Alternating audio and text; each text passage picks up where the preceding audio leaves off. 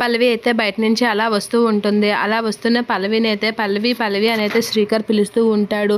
ఏంటి అనేది అడుగుతూ ఉంటుంది పల్లవి. అదే వదిన రాపించిన డాక్యుమెంట్స్ నీ దగ్గర ఉన్నాయా అనేది అడుగుతూ ఉంటాడు. ఆ మాటలకి పల్లవి అయితే షాక్ అవుతూ ఉంటుంది. ఏంటి పల్లవి, అవి నీ దగ్గరే ఉన్నాయంట కదా అదే అనేది అడుగుతూ ఉంటాడు. ఆ మాటలకి పల్లవి అయితే అలా షాక్ అవుతూ ఉంటుంది. అమ్మ నాన్న వాళ్ళని అడిగాను, మా దగ్గర లేవు, నీ దగ్గరే ఉన్నాయని చెప్పారు, నీ దగ్గర ఏమైనా ఉన్నాయా అనేది అడుగుతూ ఉంటుంది. ఆ మాటలకి పల్లవి అయితే షాకే.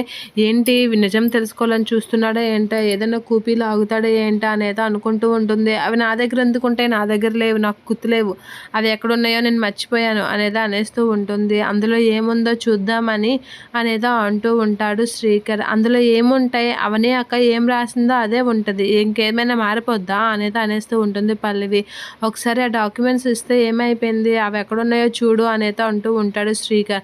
అన్నయ్య అవి ఇగో అని చెప్పేసి అంటూ ఉంటాడు కమల్. అలా కమల్ డాక్యుమెంట్స్ తెచ్చేసరికి ఒకసారిగా పల్లవి అయితే షాక్ అవుతూ ఉంటుంది. ఏంటి వీడు కూడా శ్రీకర్కి సపోర్ట్ చేస్తున్నాడు కమల్ కూడా అనేది అనుకుంటూ ఉంటుంది. అలా అనుకొని షాక్ అవుతూ ఉంటుంది. ఇక శ్రీకర్ అయితే అలా చూస్తూ ఉంటాడు. అమ్మయ్య డాక్యుమెంట్స్ దొరికాయి అనేది అనుకుంటూ ఉంటాడు. ఏంటన్నయ్య, అవని వదిన ఏ తప్పు చేయలేదని నిరూపించడానికే కదా నువ్వు ఈ ప్రయత్నం అంతా చేస్తున్నావు, అందుకే ఇవి చూడు, ఇవి చదివేసి వదిన ఏ తప్పు చేయలేదని నువ్వు నిరూపించు అనేది అంటూ ఉంటాడు కమల్. అలా అనేసరికి శ్రీకర్ అయితే అవునరా, అందుకే ఏదైనా చిన్న చిన్న క్యూ దొరికినా అది పెద్ద సాక్ష్యంగా మిగులుతుంది, అందుకే అనేది అంటూ ఉంటాడు. ఆ మాటలకి పల్లవి అయితే షాక్ అయ్యి అలా చూస్తూ ఉంటుంది.